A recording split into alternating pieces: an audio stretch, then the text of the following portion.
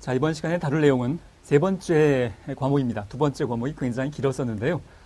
심리 측정과 평가라는 제목이고요.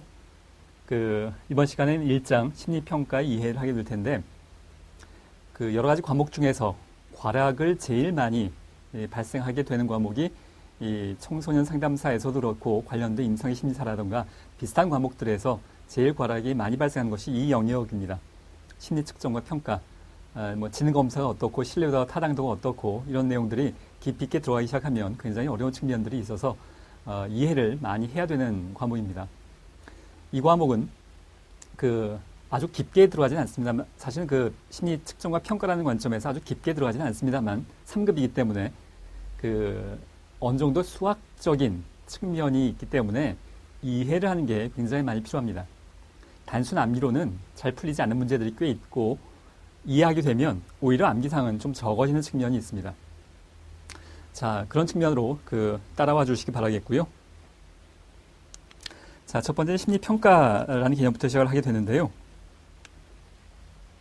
자, 심리평가의 본질, 심리검사, 면담, 행동관찰 등 여러 가지 방법으로 개인의 심리적 특성을, 우리는 물론 주로 청소년에 관심이 있는 겁니다만, 청소년의 심리적 특성을 통합적으로 이해하는 일련의 전문적인 과정인데, 여기 밑에도 나와 있다시피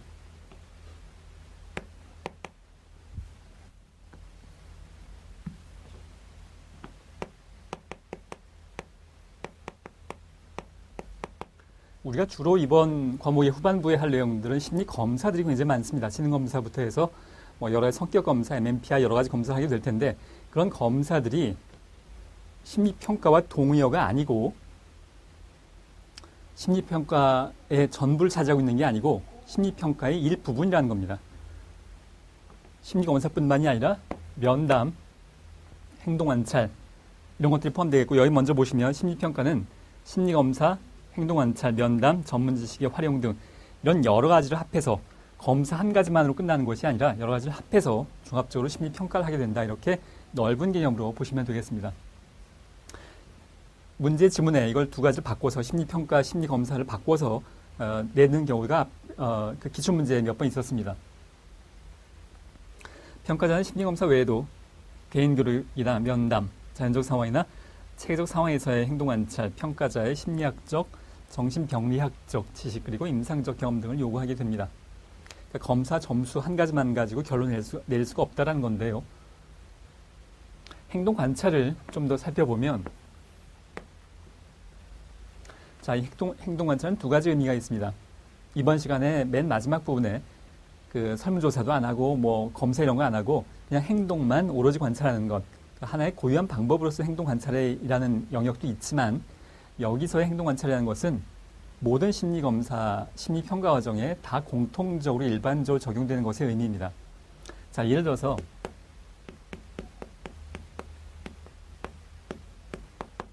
지능검사, 여러분 아마 중고등학교 때라든가 지능검사를 한 번 정도 이상씩은 다 해보셨을 텐데요. 자, 지능검사하면 정해진 문제가 있고 정해진 시간에 따라서 정해진 순서에 따라서 진행을 하게 되고, 결과적으로 지능지수 여러분들 얼마 나오셨는지 모르겠습니다만 100 이렇게 나오면, 자, 이게 확고부동한 어떤 객관적인 수치냐면 그렇지가 않아서 지능검사하는 상황에서의 행동 관찰을 해서 굉장히 산만하다거나 집중을 못하다거나 또는 아주 긴장해서 땀을 뻘뻘 흘린다거나 이런 내용들이 지능검사할 때도 다 심리평가에 포함된다는 의미입니다. 100이라는 숫자만 가지고 우리가 평가를 하는 것이 아니라, 만약에 굉장히 산만하고 막 졸면서 했습니다. 그럼 실제 지능은 100보다 높을 가능성이 높죠. 여러 가지 관찰들, 상황들의 요인들을 종합해서 하게 됩니다.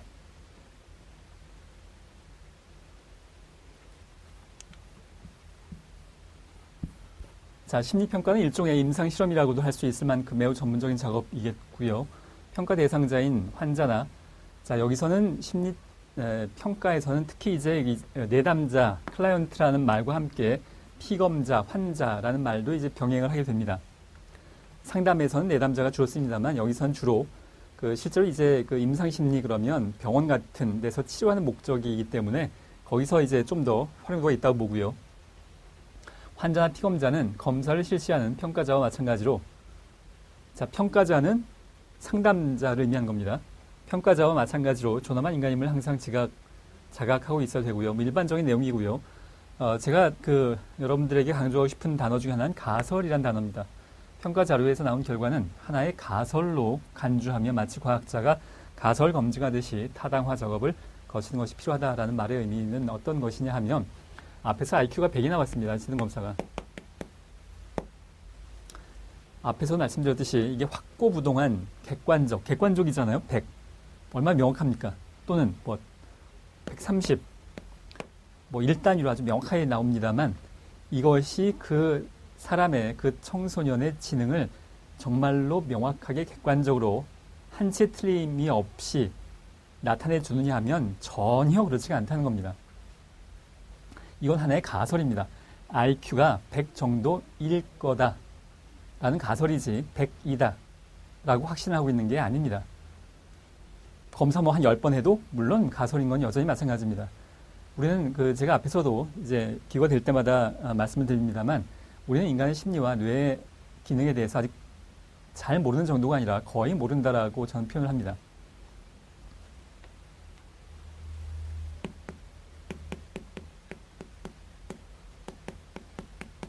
우리가 다루는 심리적인 측면들, 분노나 우울이나 자존감 이런 것들을 기계로 혈압 재듯이, 혈당 재듯이 확 찍어서 엑스레이 찍듯이 그렇게 해서 나타내 줄 수 있으면 참 좋겠는데, 우리가 분노 게이지라는 표현을 씁니다만 분노를 숫자로 표현할 수 있는 방법은 아직 인류에게 없습니다.